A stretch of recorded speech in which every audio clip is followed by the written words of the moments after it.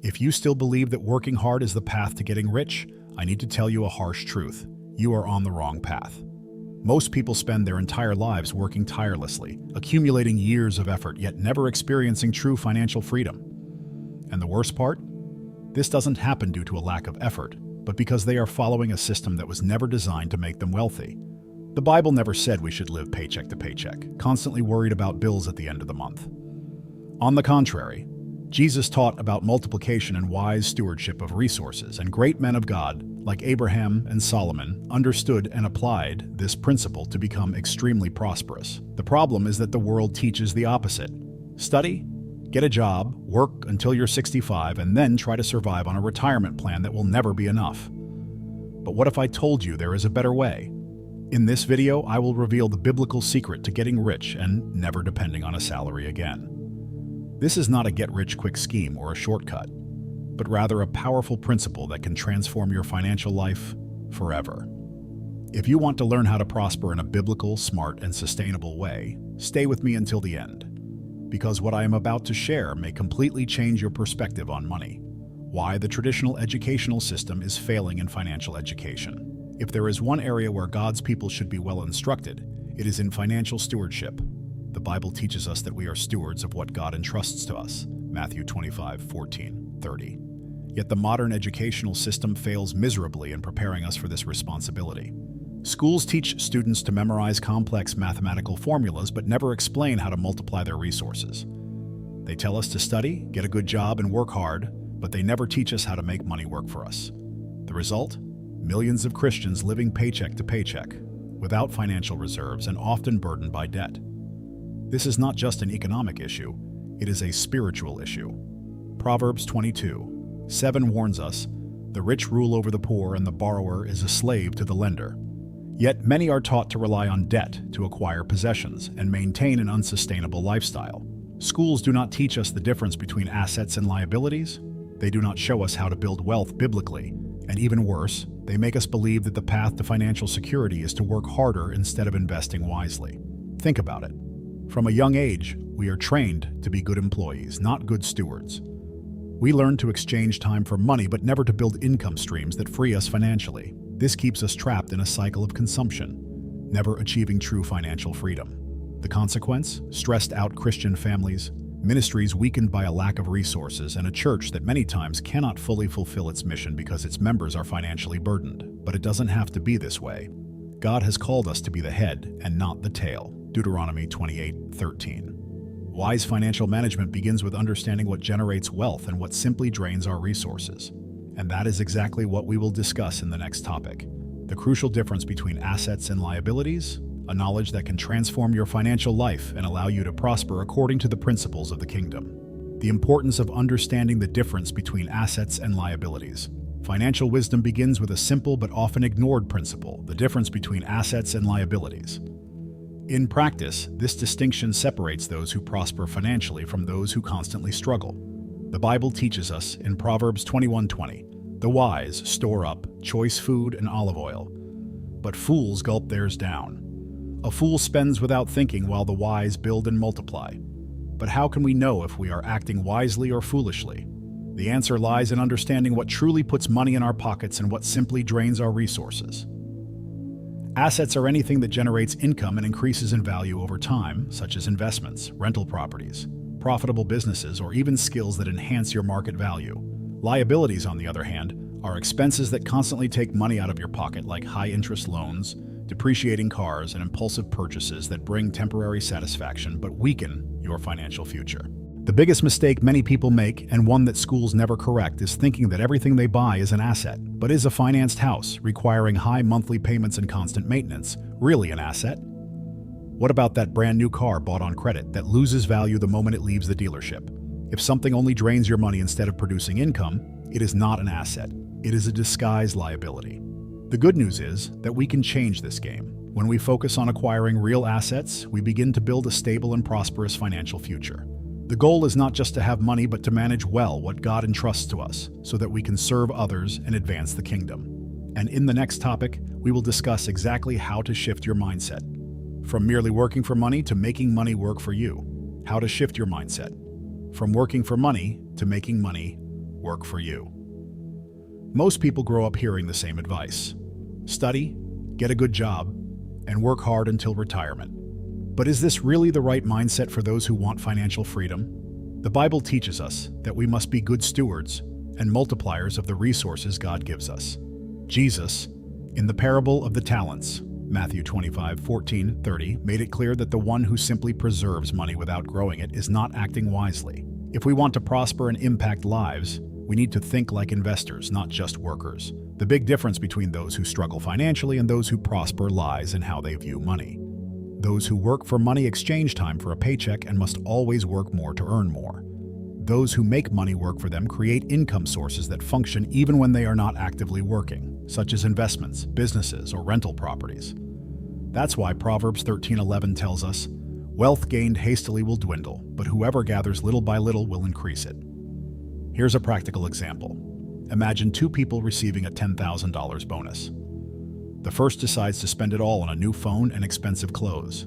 Immediate pleasure but no financial return. The second invests the money in a small business or income-generating assets. In the short term, the first person may seem to be enjoying life more, but in the long term, the second will be building financial freedom. That's because wisely invested money creates multiplication effects, generating more wealth over time.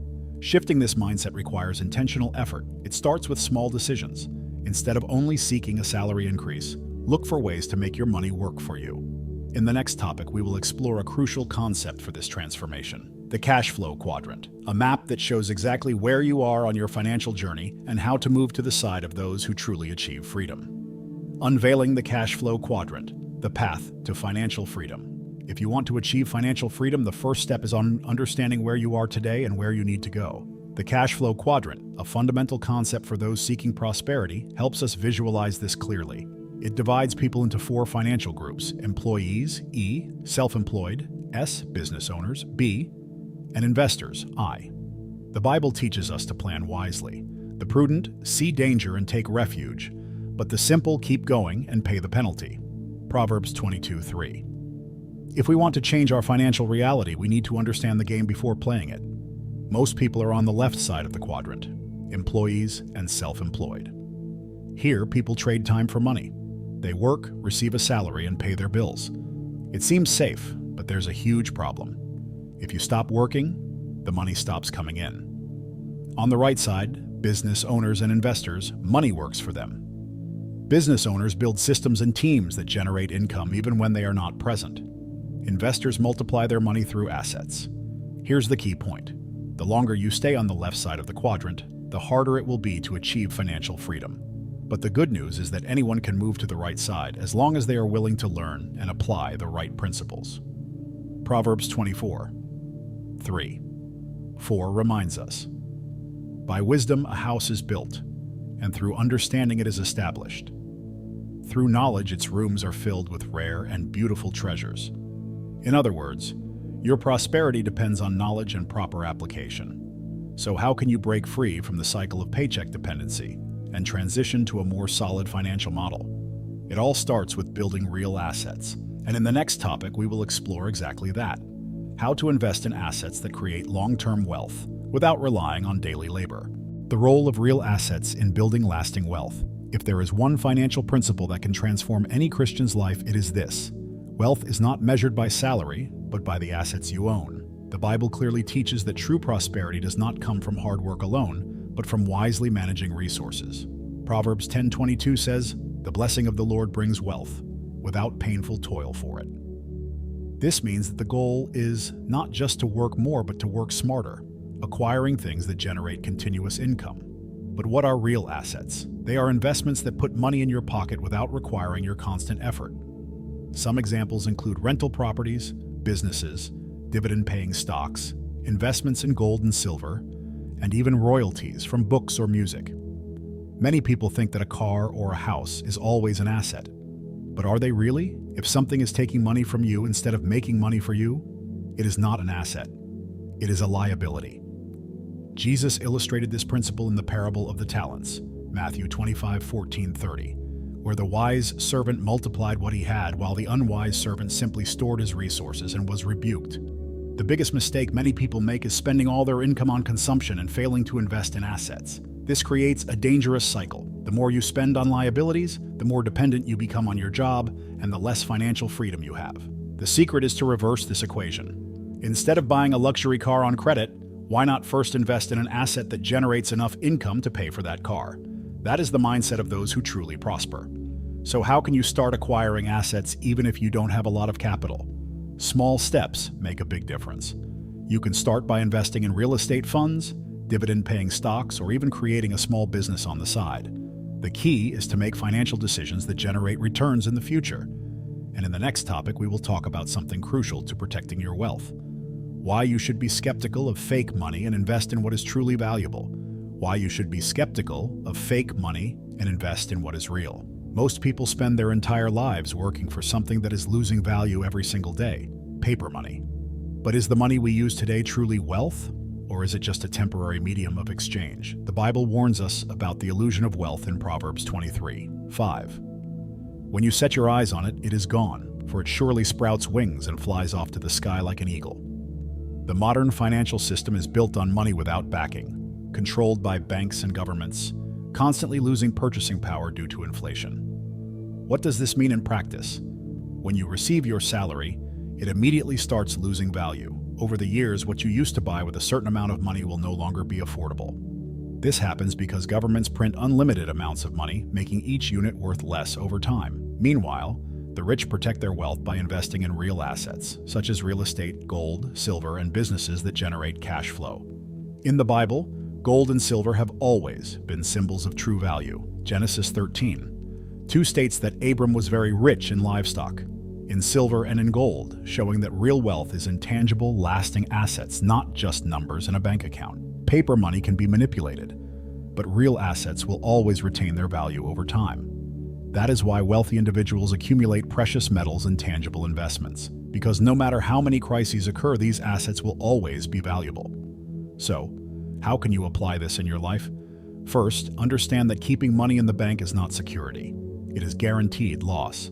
Instead, seek to protect your wealth by investing in solid assets, diversifying your investments, and growing your financial knowledge. In the next topic, we will discuss practical strategies that anyone can use to start building financial freedom today, regardless of their current income. Practical strategies to start building financial freedom today. Many people believe that in order to start investing and building wealth, they need a lot of money.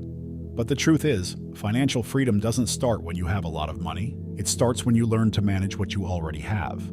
The Bible teaches this principle in Luke 16:10. Whoever is faithful with very little will also be faithful with much, and whoever is dishonest with very little will also be dishonest with much. If you want to prosper, you need to be a good steward of what God has already placed in your hands before He blesses you with more. So where should you begin? First, eliminate unnecessary expenses and build an emergency fund. Many Christians struggle financially because they spend more than they earn, preventing them from investing and securing their future. Here's a practical tip. Before making any purchase, ask yourself, is this an asset or a liability? If it's a liability that will only drain your money, reconsider. Second, start investing, even if it's with small amounts. Today you can invest little by little in strong, stable investments such as real estate funds, dividend-paying stocks, precious metals, or even starting a small business. The amount you start with is not as important as consistency and long-term growth. Remember the parable of the talents. The wise servant multiplied what he had, while the foolish one just buried his money. Finally, seek continuous knowledge and financial wisdom from God's Word. Proverbs 4:7 teaches us, "Wisdom is the principal thing. Therefore, get wisdom. And with all you're getting, get understanding." Read great books on finances, follow content that strengthens your financial mindset, and surround yourself with people who share this vision. You don't need to have all the answers today, but you do need to take the first step. Now that you have a plan of action, the question is, what's stopping you from starting? The choice is yours and the transformation is within your reach. Are you ready to break free from the paycheck to paycheck cycle and step into the financial freedom that God desires for you? Now that you know the biblical principles of true financial freedom, what will you do with this knowledge? You can simply turn off this video and continue living like most people, trapped in the endless cycle of salary, bills, and financial worries.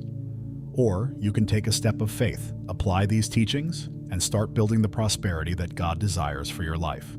Write in the comments, "God takes care of my finances," and watch the blessing reach you in 2025. The choice is yours. But remember, money in the hands of a wise Christian can transform lives, support ministries, and impact God's kingdom. If you're still waiting to make more money before learning how to manage it, you're doing the process backward. Start now with what you have, and God will multiply your resources as you become a good steward. Tell me in the comments, which of these strategies do you already apply, and which one gave you the biggest aha moment? I want to hear your thoughts. And if this video has opened your mind about finances, make sure to subscribe to the channel and turn on notifications, because here we teach you how to grow financially with wisdom and strong biblical principles. See you in the next video. God bless you.